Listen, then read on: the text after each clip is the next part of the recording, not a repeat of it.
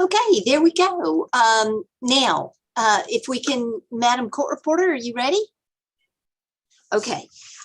This is Mehrdad Parsa versus Ivy Ridge Homeowners Association, Inc. This is civil action number 2021 CV 351178. Today is November 1st, 2021. I am hearing this matter in chambers today as our courtroom 8A, is being used for a jury trial and is not available to us. Therefore, we have put these proceedings on the court's YouTube live stream channel. That satisfies our very solemn obligation, which we take very seriously, to keep the public's business open and accessible to it. Also, I will note that everyone in this matter is appearing via the Zoom teleconference. We have this scheduled today for a motion to dismiss filed on behalf of the defendant, and therefore, I think it is Mr. Conroy or Mr. Easley. Which one of you goes first? Your Honor, Evan Conroy and I both represent the defendant HOA. Okay. I represent the HOA with regards to the motion to dismiss, specifically with regards to their defense of the allegations made against them by the plaintiff, and Mr. Conroy represents them with regards to their counterclaims. Okay. I also just want to note, Your Honor, that this was noticed as a hearing on all pending motions, and there also is a motion that was filed by Mr. Conroy to add a party. Would you like to go first, Mr. Easley? That's fine, Your Honor. Your Honor, I don't believe that I've had the pleasure of arguing before you before. Are you one who likes us to simply answer your questions, or would you like me to make a full presentation of the case? I know different judges have different preferences on that issue, and I am ready for you to tell me what I need to know. Go ahead, Mr. Easley. All right. Your Honor, as you said, my name is J.D. Easley, and I represent the defendant Ivy Ridge Homeowners Association, Inc. I'll be referring to my clients as the HOA throughout this. This is a case about an HOA member who does not want to follow the HOA rules. So he decided to file a lawsuit to challenge the rules. It's that simple. However, Georgia law requires such lawsuits to be filed as derivative actions, not just direct actions, because such challenges of the HOA rules affect not just the plaintiff, but also the HOA itself, as well as every single member of the HOA. And for that reason, they have to be brought as derivative actions. To bring a derivative action, a plaintiff must have at least 5% of the voting power for the HOA. Plaintiff here does not have 5% of the voting power, so he does not have standing to bring the claims as a derivative action. Therefore, plaintiff's claims should be dismissed. That's essentially the arguments in the motion to dismiss that's before the court in a nutshell. But if you give me a little bit of time, I will give you more details about how we got here and what's going on. Okay. Plaintiff purchased the property in the Ivy Ridge subdivision in 2005. The property had been subject to the rules and declaration of the Ivy Ridge Homeowners Association since 1992. So when plaintiff purchased the property was already subject to the declaration, and the plaintiff knew that. Plaintiff purchased the property as an investment and has leased it to tenants over the years. In 2012, the HOA amended its declaration to change the HOA from a traditional homeowners association to a property owners association pursuant to the Georgia Property Owners Association Act. What year was that? I'm sorry, Mr. Easley. That was 2012 that they passed that amendment. Thank you. And in 2012, they also passed another amendment. And that second amendment was made pursuant to the new authority that it had as a property owners association. Your Honor, can you give me just a second? I'm sorry, sorry. Sure.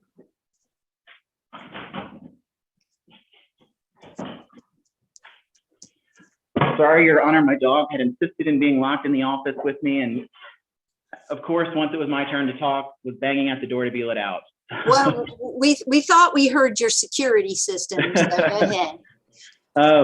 But getting back to it, Your Honor, as I said, a second amendment was filed in 2012 as well. This one was made pursuant to the new powers as a property owners association.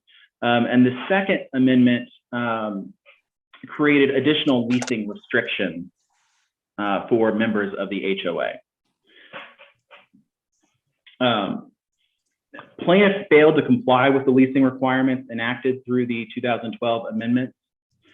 And plaintiff ultimately filed this lawsuit as an apparent last-ditch effort to invalidate the leasing requirements enacted through the 2012 amendments. Additionally, plaintiff has taken issue with the HOA entering plaintiff's property to abate plaintiff's violations of the declarations. However, the declaration gives the HOA a right of abatement to enter onto an owner's lot to remedy any violation of the declarations without such entry being a trespass. The declarations expressly state that. Now, plaintiff's complaint includes 6 claims. The first is a request for declaratory judgment to declare the 2012 amendments invalid. The second is a trespass claim, which fails to make any specific reference to any specific actions that form the basis of the claim. The third is a essentially duplicative, from what I can tell, breach of quiet enjoyment claim, which again fails to include any reference to any specific actions to let us know what is the basis for the alleged breach of quiet enjoyment. The fourth is a breach of contract claim that's based on the HOA failing to comply with the HOA's declarations, according to what the complaint says. And then the fifth is punitive damages, and the sixth is attorney's fees and expenses under 13-611. Your Honor, as I said, it's an HOA, but this HOA is organized under the Georgia Nonprofit Corporation, and therefore, I'm sorry, the HOA was organized as a Georgia Nonprofit Corporation pursuant to the Georgia Nonprofit Corporation Act. Georgia law governing such corporations allows members of nonprofit corporations to file derivative proceedings under certain circumstances. Specifically here, the various requirements that's most applicable is that in order to bring a derivative action, a member must have either 5% of the voting power or 50 members, whichever is left. Here we only have one member, the plaintiff, and this member does not have 5% of the voting power. Therefore, they do not meet the statutory requirements for bringing a derivative action. Since plaintiff excuse me, I hate to interrupt you, but walk me through one thing, because I'm with you up until one point. So in 2012, the Homeowners Association, which at that time was constituted as, I guess, the original Homeowners Association is contemplated back in 1992. Yes, Your Honor. So it transformed itself into a new super type of homeowners association. Is that correct? Yeah, that's one way to phrase it. Yes, Your Honor. The Property Owners Association gives it more powers to do things such as restricting leasing of properties, which is something that a traditional HOA can't do or doesn't have as much authority to do. Okay, and by what authority did it make that conversion? By a vote?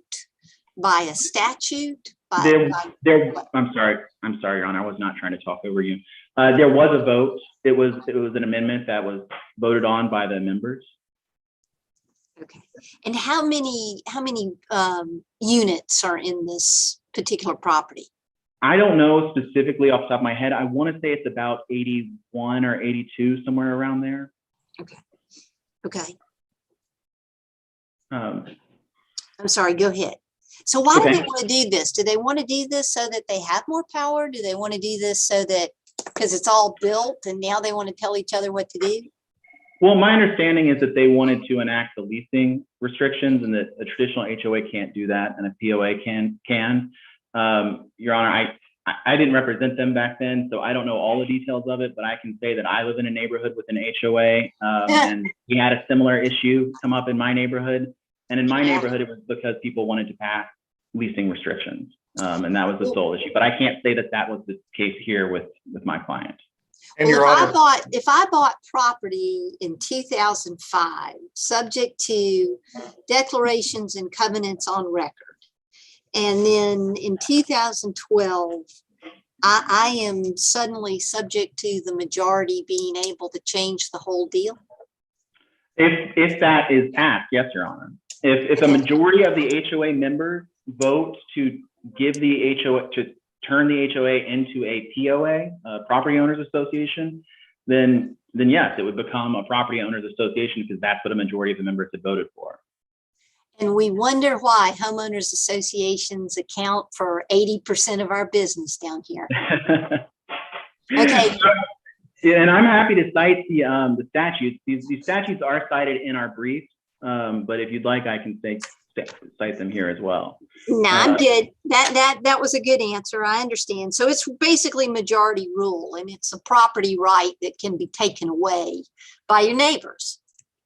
It is if they vote to become the POA. Yes, Your Honor. Okay. Yes. My understanding is that a traditional HOA members can volunteer to or agree to limit leasing restrictions or requirements, but any members who don't are not subject to that. Whereas a POA can enact leasing restrictions that are applicable to everybody. Okay. Not just those who agree to abide by them. Okay. And so the only way that a property holder or property owner acting on his or her own can sue the super property owners association is via a corporate derivative claim. I mean, that would also be true for an HOA, just a traditional HOA, Your Honor. Okay. Because both the traditional HOA and the Property Owners Association would both be corporations, Your Honor. They'd both be nonprofit corporations, but they would both be corporations. And the members of the HOA would be members of that corporation. And so they would have to bring a derivative action. Okay. And as I was saying, Your Honor, in order to bring such a derivative action, the plaintiff must have 5%. Plaintiff does not have the 5%. So the only way he can try to bring these claims is directly, as a direct action. Georgia law allows plaintiffs to bring the claims as direct actions only if the claim addresses a special injury that affects only the plaintiff. If it affects other members of the HOA or the corporation, then it's not a special injury and it can't be brought as a direct claim. Okay, and the effect or your argument therefore is this claim affects more than just the plaintiff because he is specifically, or the plaintiff is specifically upset about leasing, which would affect everybody. His first claim, Your Honor, the declaratory judgment action, seeks to invalidate the 2012 amendments, which, yes, would affect everybody, every single member of the home. There would no longer be the 2012, one, the property would no longer be a property owners association, which would right there affect every member. And two, the leasing restrictions that were enacted pursuant to these amendments would no longer exist, which would clearly affect the property rights and every single member of the neighborhood, the HOA. Would it change things if he had sued the board? I would have to go back and read the Georgia section on that. I'm not sure under Georgia law if you can sue members of the board. I know for condo associations, you have to sue the board itself, that you can't sue the individual board members. And I want to say that there's a similar provision for homeowners association and property owners association, but I cannot cite that off the top of my head, Your Honor. Okay. Okay. So the rule under Georgia law for determining whether a claim is derivative or direct, as I said, is it a special injury that affects just that person? But it's the nature of the wrong that's alleged and not the pleader's designation or stated intention that controls the court's decision about the issue.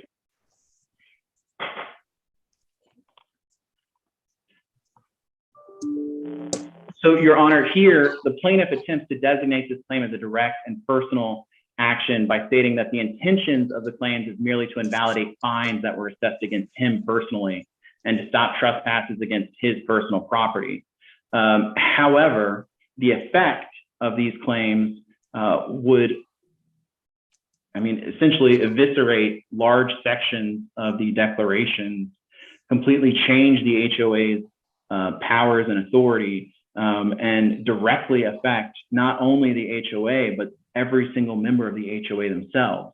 So even though they try to designate it in direct terms, if you look at the nature of the wrongs and the allegations that are made, the clear effect is that these have to be brought as derivative actions. Now, Your Honor, the first and fourth claims, that's the one that seeks to invalidate the amendments, and the breach of contract claims. Georgia, there have been several cases on this issue where this has been applied to HOAs in the past. But the Crittenton case, which is at 312 Georgia App 5124 is the direct citation, Your Honor. The general citation would be 312 Georgia App 521. In that case, the court said that an HOA's failure to comply with its governing documents and the rules and procedures that the governing documents require to follow is essentially a claim for breach of fiduciary duty that's owed to all members. And therefore, any such claim must be brought as a derivative action.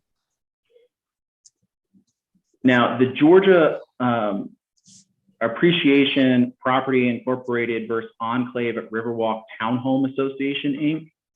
That is 345 Georgia App 413. That's directly on point with plaintiff's first claim. In that case, they were trying to invalidate an amendment that allowed the association to enact leasing restrictions, and the Court of Appeals said that had to be brought as a derivative action. Now, that is physical precedent only, but it is directly on point, and that is how the Court of Appeals ruled, and it has been cited in other subsequent cases. Now, plaintiff's second and third claims, which are the trespass and breach of quiet enjoyment, which, again, my understanding is that these seem to be duplicative claims, but that's because there's essentially no information that states the basis of these claims in the complaint.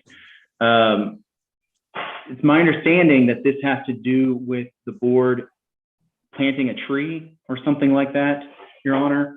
But the declaration specifically provide that the HOA can enter into any member's property to abate a violation of the declaration, and that such entry is not considered a trespass under Georgia law. And the Georgia Supreme Court just recently, just this year, Your Honor, issued an opinion that directly addressed this exact issue and directly interpreted the exact same provision of the declarations that give the HOA this power.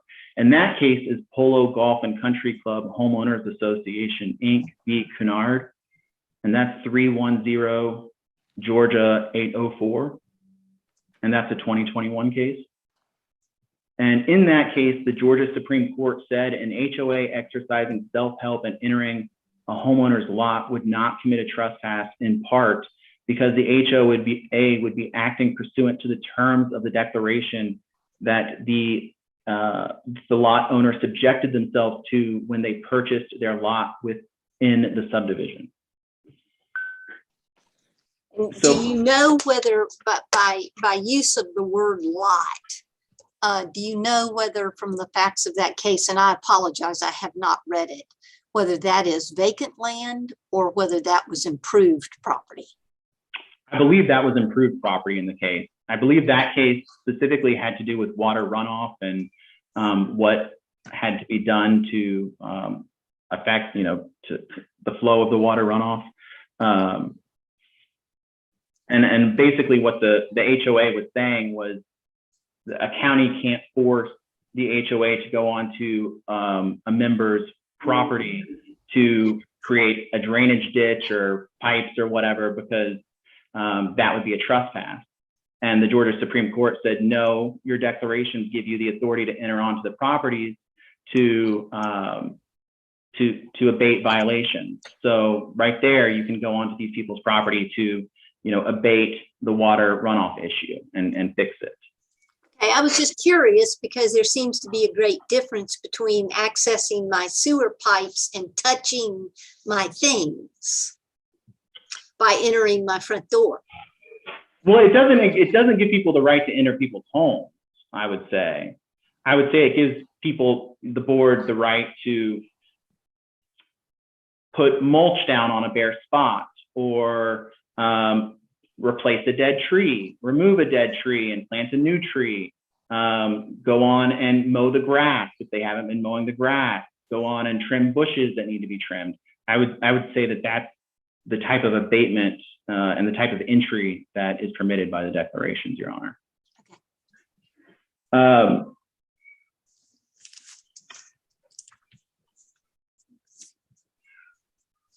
And so in order to pursue these actions for trespass and breach of quiet enjoyment, the plaintiff would essentially be arguing that the court should invalidate this portion of the declarations that gives the board this right of abatement. Which again would affect not only this plaintiff, but every single member of the HOA. And therefore these actions must be brought derivatively. With that only leaves the 5th and 6th claims, which are punitive damages and 13.611 attorney's fees. And those claims cannot stand alone if the underlying claims fail, and therefore those claims would also fail and could not stand by themselves. Okay, now before I let you go, Mr. Easley, or before whenever you go, obviously a motion to dismiss is a huge hurdle. You have to convince the court, among other things, that there's no set of facts under which the plaintiff's claim can continue. So have you done that? Yes, Your Honor, absolutely. Your Honor, no matter what facts he brings, it doesn't change the fact that these actions have to be brought derivatively.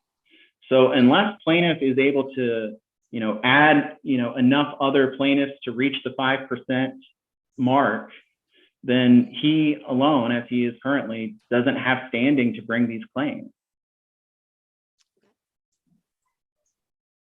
Okay. And finally, Your Honor, if you disagree with us, then find that you're not going to grant the motion to dismiss or not fully grant the motion to dismiss. If any of the claims 2 through 4 were to survive, we would ask for a motion for more definite statement explaining what is the basis for those, because we don't believe that there's sufficient information stated in the complaint, which would again be another basis for granting the motion to dismiss, because they simply fail to include sufficient information to meet Georgia's requirements for stating a claim. Okay. And that case would be Savage v. Gandy. It's 350 Georgia App 562. It's 2019 case. All right. Who goes next? Mr. Hidari, do you respond, or Mr. Conroy, do you have something in this? No, your motion to add, right? Yes, Your Honor. And Your Honor, I believe the motion to add is unopposed. And so I don't know if there needs to be actually oral arguments as it relates to the motion to add. Of course, we'd be happy to provide information to the court regarding the motion to add. However, I believe that the primary concerns associated with this hearing are related to the motion to dismiss. Okay, Mr. Hidari, would you like to go next then? Yeah, yes, Your Honor, and that is correct. There is no opposition to the motion to add, and the court is supposed to liberally add and modify parties as he sees fit. So opposing that would be futile. But I believe that Your Honor hit the nail on the head with regards to the hurdle for a motion to dismiss. It's a very high hurdle, and it's only supposed to be granted if it is not possible under any set of circumstances that a plaintiff can state a viable claim. And that's well established. Before jumping into responding to the motion to dismiss, I think it might be useful to just address the motion for more definite statement, since that's a easier thing for me to bring up, and since it sort of sets the stage for what it is my client is seeking here. And I'm not sure if I have the ability to share screen, Your Honor. Let's see.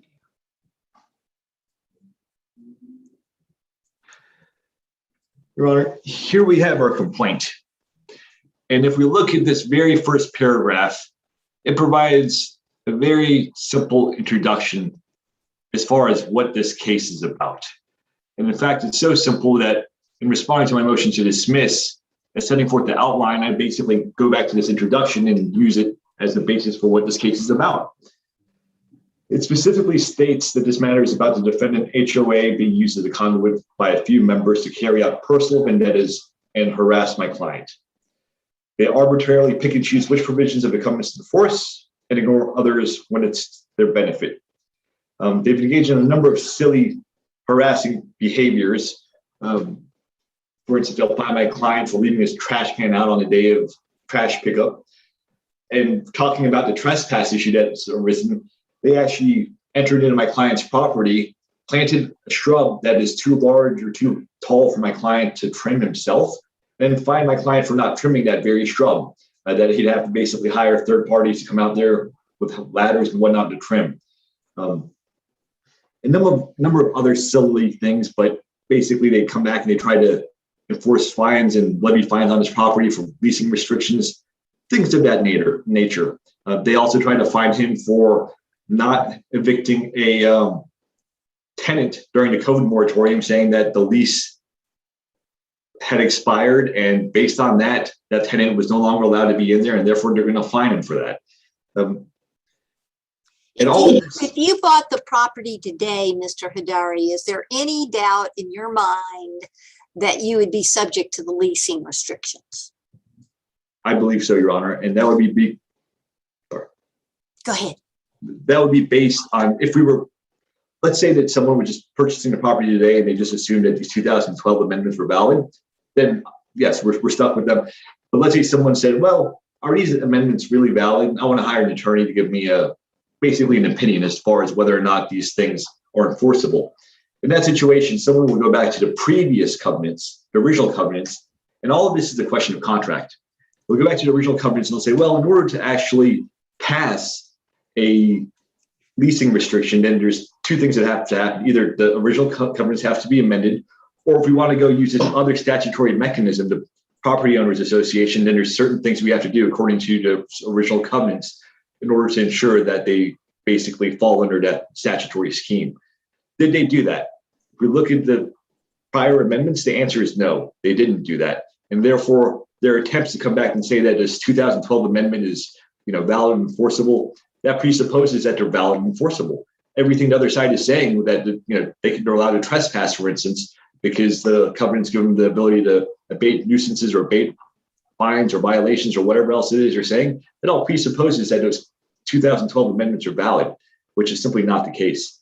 So if someone was to perform a thorough examination, they'd reach the same conclusion we are reaching now, which is one of the bases of our lawsuit, saying not only are you basically using your HOA to harass us, not only are you trespassing on our property, not only are you encumbering or slandering our title by issuing these fines, but your basis for doing so is not just arbitrary and basically singling this out, but your entire basis using those covenants also is without merit because you failed to do X, Y, and Z in passing those covenants.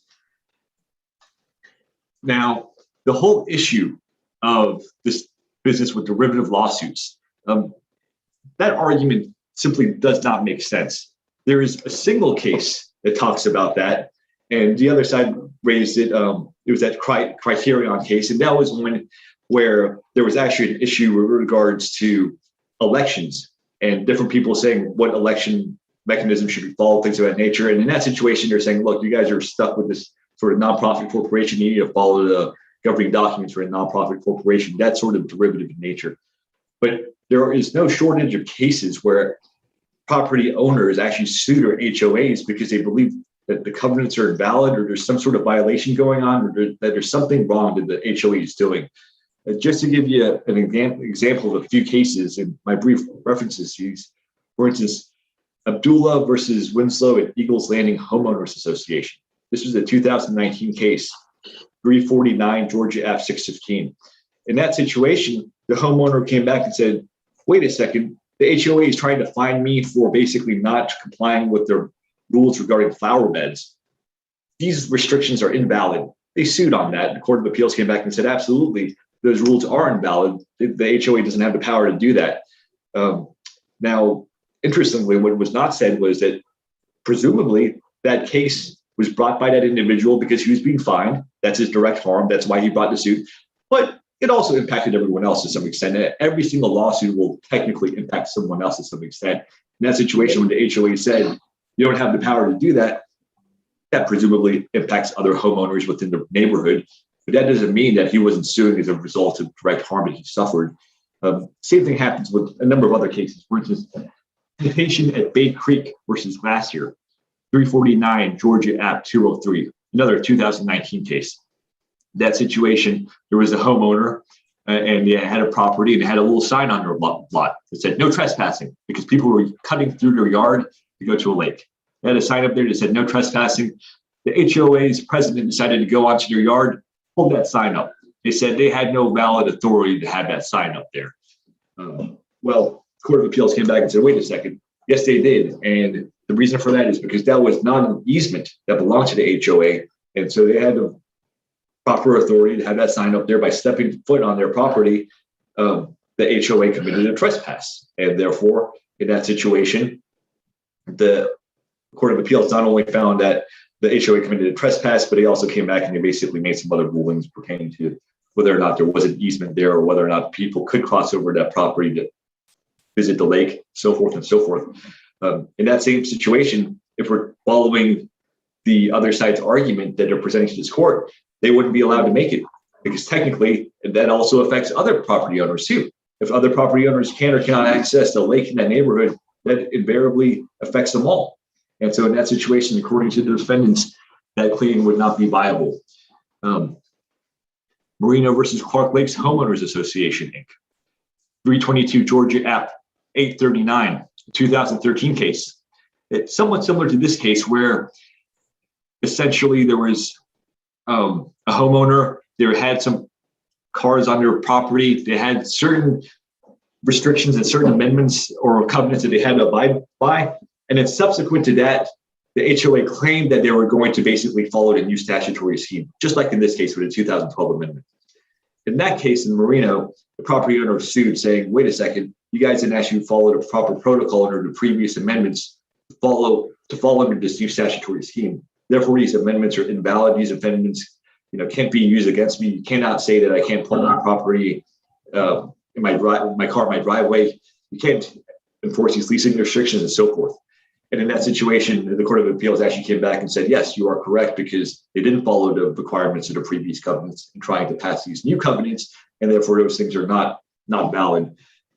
But again, in that situation, that property owner was bringing the suit because they were the ones being sort of sanctioned, they were the ones being fined, they were the ones who were suffering some sort of detriment. And even though that did invariably affect other property owners within the neighborhood, they weren't bringing this as a champion for all people's causes. They weren't bringing this as a derivative suit pertaining to elections or anything else. They were bringing this because as property owners, their rights were being aggrieved and they were being wronged, and they wanted to do something to make things right. Taking it a little further to basically the situation of absurdity. Imagine if we do accept the defendant's premise that anything that impacts other homeowners can only be brought as a derivative action. In that situation, if I'm in a neighborhood of 10 homeowners, 9 of us can get together and say, you know what, we're going to take property owner number one's house, and we're going to pass these amendments to say that property owner number one's house belongs to us. In that situation, property owner number one says, someone help me, join me, we need to stop this. The 9 owners say, not going to happen. they sue. And what does the court do? The court says, nope, should have been derivative. We're not going to get involved. It doesn't make sense. It's kind of silly. And it just goes against the case law. But by contrast, if we're dealing with any sort of tort, if the HOA has a maintenance truck and they drive into my driveway and break my house, or crash into my garage or something else, in that situation, I can absolutely bring suit. Will it impact other homeowners? Most decidedly, they'll all be sort of fined. They'll all have to contribute to perhaps reimburse the homeowner that was aggrieved. But on the same token, Georgia law is clear that once a property owner has been aggrieved, they're able to bring suit. Those few cases I cite stand for that proposition. This is not a case. You're not prevented from bringing suit under the derivative provision, are you? I don't exactly know. I mean, according to the other side's argument, there has to be a 5% threshold. There has to be 5% of other homeowners that agree to sort of band on. And in that situation, if that's the argument they're taking, unless my client can find 5% of other homeowners to join on for whatever reason, then absolutely their hands would be tied. In that example where the 9 homeowners decide to take the one homeowner's property, unless that we can raise the percentages, say 100 homeowners taking one person's property. Unless that one homeowner can find 4 other people to say, come join me, that person's going to be out on their own. There's nothing they can do to bring suit. But fortunately, that isn't the law, because they're not bringing a suit based on basically on behalf of the corporation. They're not bringing suit based on the notion that the elections were flawed because they failed to follow some sort of internal nonprofit corporation provision. They're bringing a suit based on torts or harms that they suffered individually. And that's a distinction between the direct lawsuit and the derivative lawsuit. If the HOA has the truck and they decide to drive into my property, they committed trespass. If they knock over my garage, they committed some sort of negligence. Perhaps they committed some sort of other tort with regards to damaging my garage. I can bring suit on that front. It's a direct lawsuit. I'm not bringing suit based on any sort of covenants or basically based on any sort of election procedures or anything else. In this situation, even the defendant stepping foot onto my client's property to plant shrubs or do whatnot, even though they're arguing that the HOA covenants allow them, again, that sort of presupposes that they're valid, which we're disagreeing with. And that's sort of the conclusion which we have to get to, later at this juncture. On a motion to dismiss, we're saying they had no authority to do that. And on a motion to dismiss standard, everything we're stating has to be taken as true. And so at this juncture, they did step foot in my client's property. They did do this planting. To make matters worse, we're also alleging that this wasn't a bona fide abatement on their fund. They're not trying to really fix anything that my client did bad, but this is just a way to harass my clients. And again, if we're taking the other side's position, then anything that the HOA does, so long as they say we're doing it for valid enforcement powers and they cannot be questioned, then there's no end to what they can do. As your honored question, what if they come into your house and they say, you know what, we're going to come to your house and we're going to remove your curtains because we believe that the curtains are a improper shade of white, despite the fact that everyone else has, the same color. If a few people on the HOA like you and say, we're going to come to your property under the defense's position, that would have to be derivative. They would have no standing. They would have no claim. There's nothing they could do. Fortunately, those cases I cited state otherwise. And so long as the client has been damaged and so long they're seeking recourse for their own individual harm, that's entirely valid. That's entirely proper. And as I mentioned, there's only a single case that brings up this whole derivative issue, and that was one pertaining to elections. All these other cases that I've discussed, they allow the plaintiff to move forward with their case, and they state viable causes of action. And logically, our case mirrors those cases as well. I mean, those are what we're looking to before filing this lawsuit. Now, you're both making great arguments, and they seem to be parallel and not intersecting each other at all. And so I guess I'm curious because naturally, as litigators, we're all accustomed to everyone having a right to sue everybody else. And again, I wasn't totally kidding when I said that a huge amount of our caseload, criminal and civil, deal with homeowners associations, but how can you both be so right? Because he's wrong, Your Honor. Ah, good answer. Okay, And Mr. I can explain Hidari, that. okay, I'm going to get to you in just a minute. Mr. Hidari, what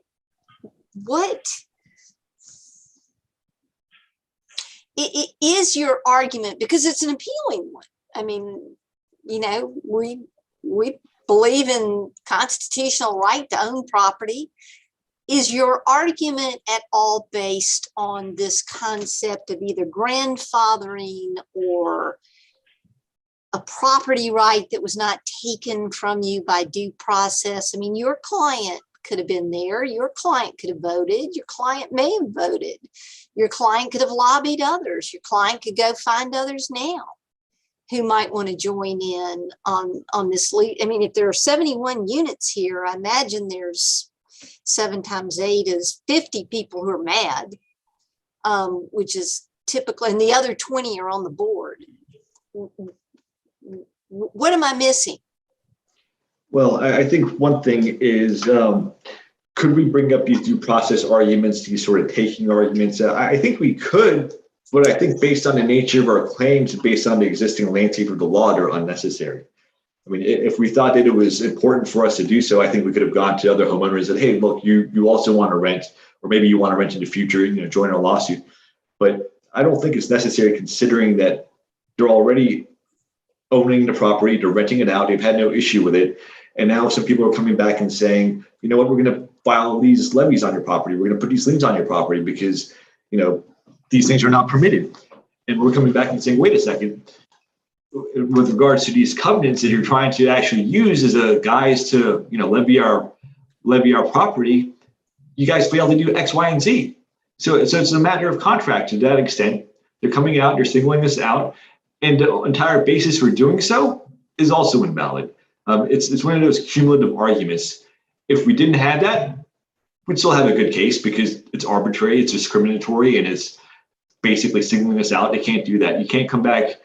An HOA can't come back and say, look, every house in the neighborhood's painted red, but our covenants say you can't have a red house, and therefore we're going to fine you and only you. In that situation, that person could bring a lawsuit saying you guys are arbitrarily and discriminatorily enforcing these covenants against me, only me. I want recourse. We could do that in this situation. It's not a state, it's not state action. Is that me making the feedback? When you say arbitrary, it's not state action. Correct. No, it's not. Boards can act arbitrarily all they want. They can. I mean, maybe I don't know what it is, but it's not.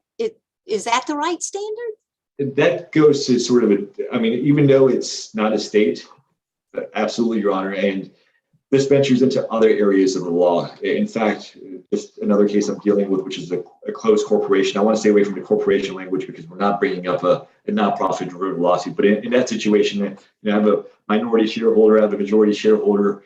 The majority shareholder is saying that we're basically going to dilute the minority interest, and therefore there's nothing you can do in that situation. Sure, there is, because they have a duty to operate in good faith. They can't basically dilute the minority shareholders' interests. They have to act with, you know, the utmost proper intentions, all sorts of different things. It's not a state action in that situation, but the majority can't just say, haha, you're 49%, and therefore I'm going to do these things to effectively ensure that I get all the profits and you get nothing.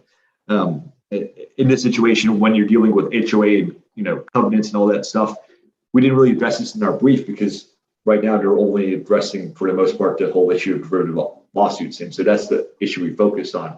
But going back to the example of the red houses, if that's the situation we're focusing with and they file a motion to dismiss, saying, well, our covenants allow us to basically find anyone with a red house, there's lots of case law out there that says, yes, but when you enforce the covenants, it has to be uniform. You can't just pick and choose and say, I'm just going to go after homeowner A, but let the other 9 homeowners in the subdivision have the red house.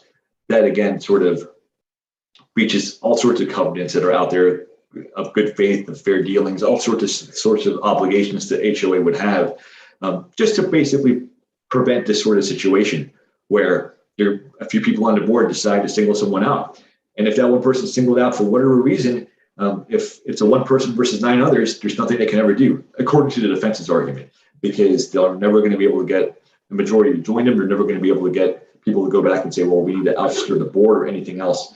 But this situation isn't the one where we're trying to come back and contest various provisions of voting or anything else of that nature. We're coming back and saying that, look, you committed various torts, you stepped foot on our property, you weren't allowed to do that. You're encumbering our property with various liens, and you're not allowed to do that. Not only is this arbitrary and harassing because there's a few people on the board who basically singling this out, but your mechanism, your entire legal authority for doing so is also void. Just like in Marino versus Park Lakes home, again, that 2013 case, the homeowner in that situation said, you guys are fining me, you guys shouldn't be fining me. That argument, they also had the grandfathering argument saying we're grandfathered in, but they didn't even have to land there because they were able to come back and demonstrate that their entire basis, the new covenants in that case, were invalidly pursued, invalidly passed. Same argument we're making here. Could we make the grandfathering argument? Yes. And is that one that we could make in the future? Absolutely. But I believe the stronger one is based on the covenants, which is you guys cannot adopt this amendment unless you actually follow the steps specified in the previous covenants. So. Okay. All right. And Mr. Conroy, I'll confirm before we leave that everybody is on board with the motion to add. But Mr. Easley, why is Mr. Hidari wrong? Lots of reasons. First of all, Your Honor, the cases he cited don't stand for what he said they cite. The Abdullah case that he cited, he's right, it dealt with flower beds, but the homeowner in that case was not trying to invalidate any portion of the declaration in that case. Quite the contrary, Your Honor. That homeowner was simply saying, hey, the section of the declaration that you said I violated, that section of the declaration doesn't say anything about you being able to fine me for violating that. And so he was just simply saying, applying the declarations as they state, as they are written, the board cannot fine me. That wasn't an attempt to invalidate the amendment. That was just an attempt to say, hey, this is what the declarations say, and that's it. The declarations did not change as a result of the case. The declarations stayed exactly the same. And the Glazier case, Your Honor, that case, he's right that it had to deal with an easement and interpreting a document about whether or not there was an easement. The document that they were interpreting was the plat for the property, not the declaration. They don't even discuss or in any way interpret the HOA declaration in the Glazier case, which is the 349 Georgia App 203.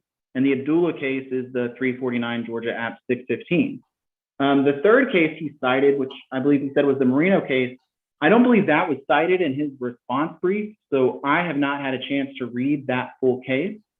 But while we were here, I was able to look it up on Westlaw, and I was able to find that that case was overruled by another case in 2014. And that other case that overruled it can be found at 330 Georgia App 442.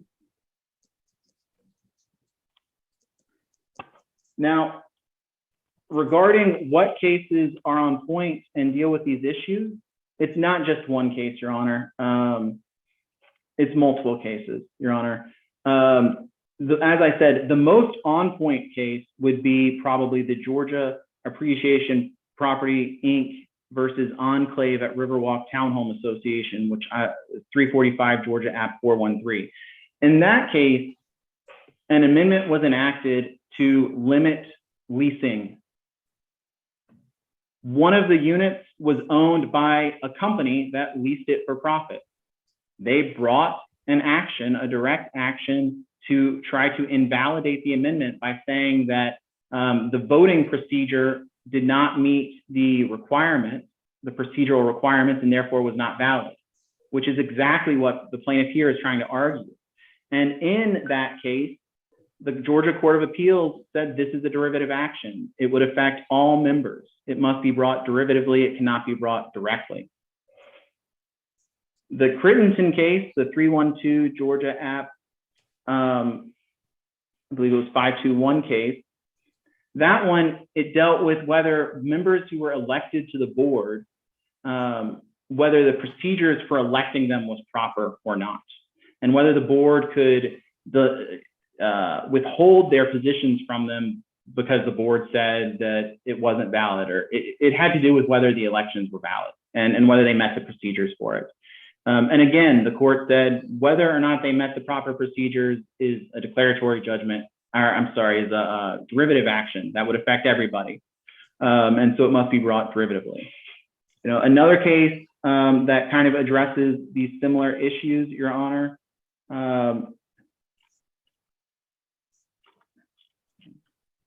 would be the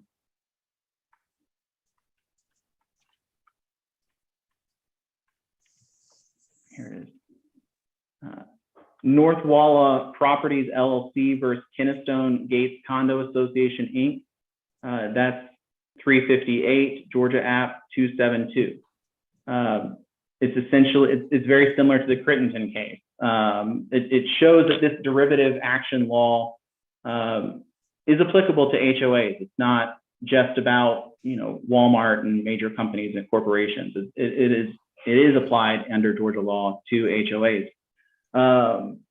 Regarding his argument about there being 10 properties and 9 people voting to take control of one, Your Honor, that's just a logical fallacy. That's nothing but reductio ad absurdum. He's just taking an argument to the extreme and making it absurd. That's not the law. The powers of HOAs and property owner associations in these situations are controlled by both Georgia statute as well as the declaration. There are limits to what can be done. Do you agree, Mr. Easley, and again, I hate to interrupt, do you agree that the authority to restrict this property and to create bylaws and an association in the first place comes from the covenants, the original 1992 covenants? The covenants and Georgia statute, yes, Your Honor. Okay, so then if we are claiming that subsequent action by the governing authority is invalid, would we not go back to the authorizing covenants to see whether it was done correctly? We would, but that's not the issue here, Your Honor. The issue here is not whether the amendments were valid. The issue was whether the plaintiff had standing to question the validity of the amendment. Yeah, but wait, let's say they were invalid.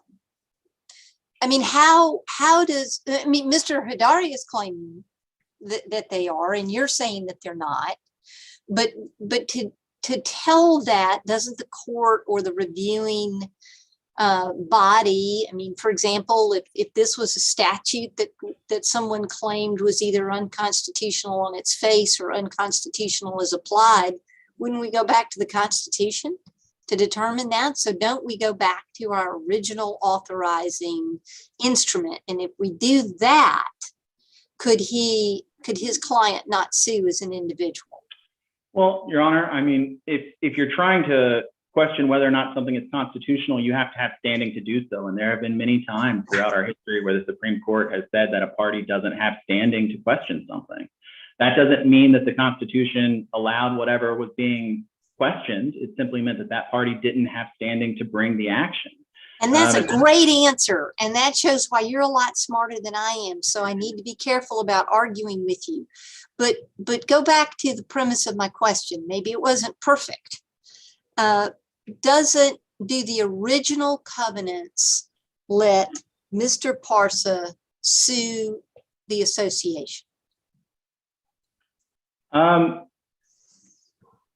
Again, Your Honor, that's not really, that was the language that was changed with the 2012 amendment wasn't who can sue. Mr. Parsa's inability to bring this action isn't based on the language of the covenant. It's based on Georgia law requiring these actions be brought derivatively. And this issue has already been decided by the Georgia Court of Appeals. And that's your question. You answered your question brilliantly. My question is whether he could sue as an individual under the original covenants. No. As Your a Honor. homeowner.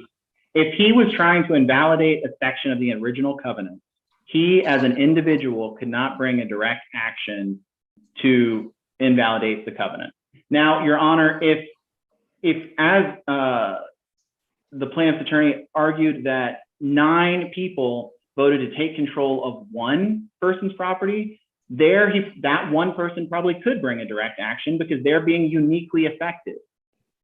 It's not, they're being uniquely affected by the action. But that, again, is not what happened here. Here, a majority of the members enacted an amendment, and now one person is trying to invalidate that amendment. He can try to do that, but he has to meet the requirements for bringing a derivative action. Your Honor, that's like saying if Walmart wants to amend one of its governing documents and I buy 1 share of stock, should I, as a member, be able to force Walmart to spend tons of money litigating the issue? No, I would have to meet the requirements for a derivative action. I would have to have 5% of the voting rights or 50 members join me. Okay. Now, don't know what the answer is going to be. I'm terribly sorry I can't give you an answer right now. We'll get something to you pretty quickly, and it will probably be in the form of an email from Ms. Cummings saying, this is how Judge Barwick wants an order to read, so-and-so drafted. But before I leave you not knowing what that answer ultimately will be, does anybody have any problem with Mr. Conroy's motion, assuming we're going forward? No, Your Honor, not from the plaintiff. Mr. Easley? No, Your Honor. Okay. Okay, well, y'all are too smart for me. I have to go research. Go ahead, Mr. Easley. Your Honor, I just have one more request. Discovery had been stayed in this matter because we had filed our answer and motion to dismiss contemporaneously. It's now been more than 90 days since that occurred. My clients would incur some cost with having to respond to discovery. Is there a way we could extend the stay of discovery until the court rules on this? Sure. So that we would. I have no problem with that because it's going to be quick. Okay. Okay, I have to go read about 100 Court of Appeals cases, and as soon as I do that, we'll get you an answer. Your Honor, if I may, very quickly, and Sure. this is unrelated to the motion to dismiss, so it's a much easier topic. I don't think it's really something that'll need much of an argument. When I initially brought the counterclaims, I used some terminology that through subsequent review of applicable case law might be confusing. So in the future, I might amend the counterclaim to, after conferring with my client, if they want to move forward with it, to kind of change some of the terminology. So I'd ask the court if they do grant the relief we're seeking to add it as an indispensable party. But I might change the language as it relates to the terminology third party. Okay, so did you refer to your clients as the improperly constituted board or something like that? You now want to change it? No, Your Honor. Just simply, I was Come on, we didn't get enough. None of y'all got enough sleep last night. Okay, we'll get something out to you as soon as possible. And that was great. Thank y'all very much. You're all very smart. Madam Court Reporter, you're smart too. Thank you, Your Honor. Thank you. Thank you, Your y'all. Honor. All right, bye-bye. Bye. Take care.